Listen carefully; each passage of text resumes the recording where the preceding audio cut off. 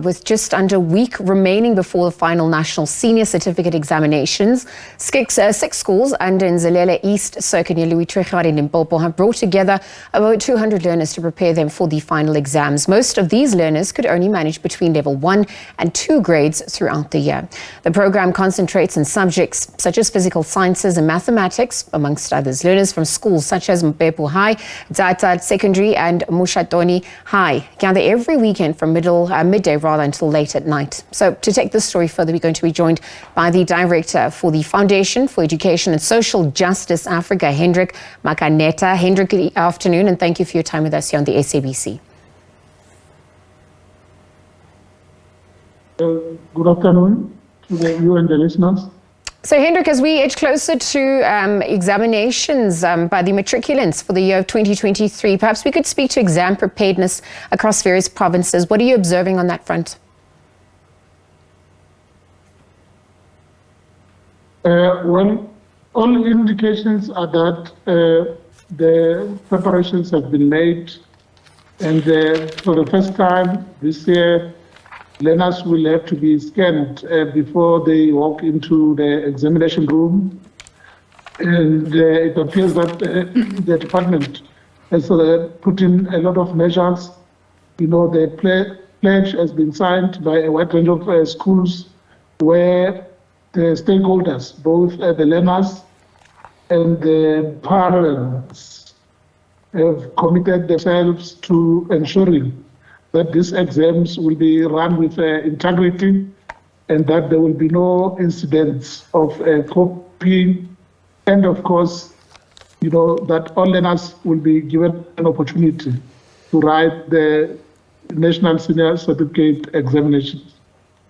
Thank you for outlining those measures. Perhaps on the back of that, what are some of the immediate concerns that arise in a country such as South Africa? Load shedding, the security examination papers, perhaps even the incidences that occurred in KZN. This was in relation to the floods.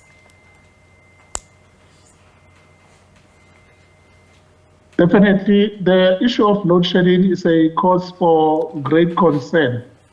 We know particularly for those subjects where computers have to be utilized, to complete the exams.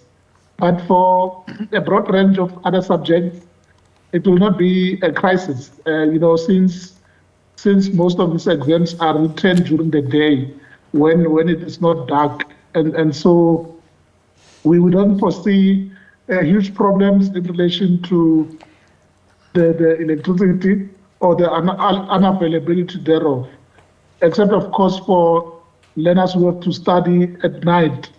And, if they're hit by load shedding, yes, definitely.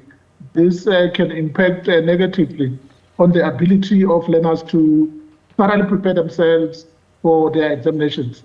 And I think that is a cause for concern.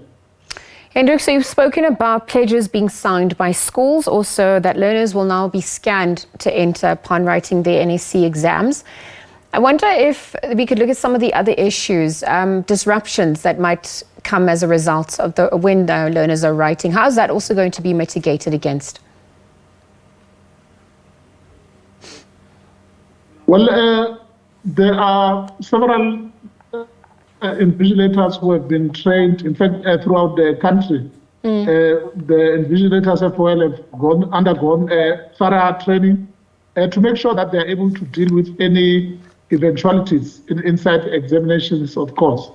And I'm sure you'll agree with me that there are, time books that have to be signed by learners, those that arrive late, but also during the course of exams, learners are allowed to go out, from time to time to bathrooms and so on. So measures have been put in place, and I think that the staff component that has been trained has got the necessary capacity to make sure that the integrity of these NSC exams is protected, with a view to ensure that learners are able to create a better future for themselves.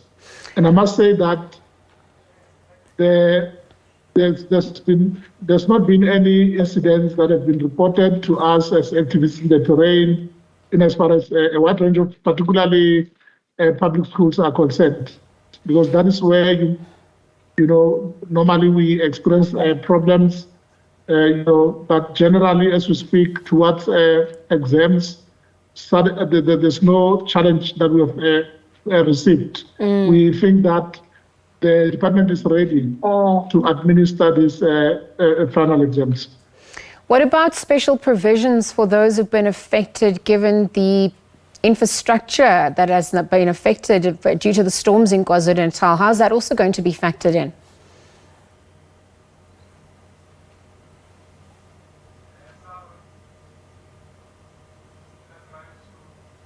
Hendrick, if you can hear me, I just wanted to wrap up the conversation. You've really outlined the preparedness and perhaps some of the measures that have been put in place. But, over the weekend, we saw public infrastructure, schools, even learners, homes being affected in KwaZulu-Natal, given what occurred in the area due to the storms. And I just wonder if you could speak to what some of the special provisions will be to help assist them, given the unprecedented nature of what has occurred. Yes, definitely. We know that as a country, we have witnessed a wide range of challenges, such as climate change, as well as floods in the past, which affected the main areas such as KwaZulu-Natal.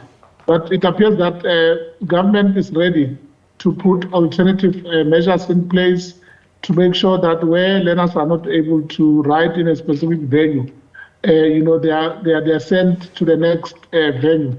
The same goes for, Gauteng as well. We've always had alternatives where learners could be taken to the next available center to make sure that they ride there.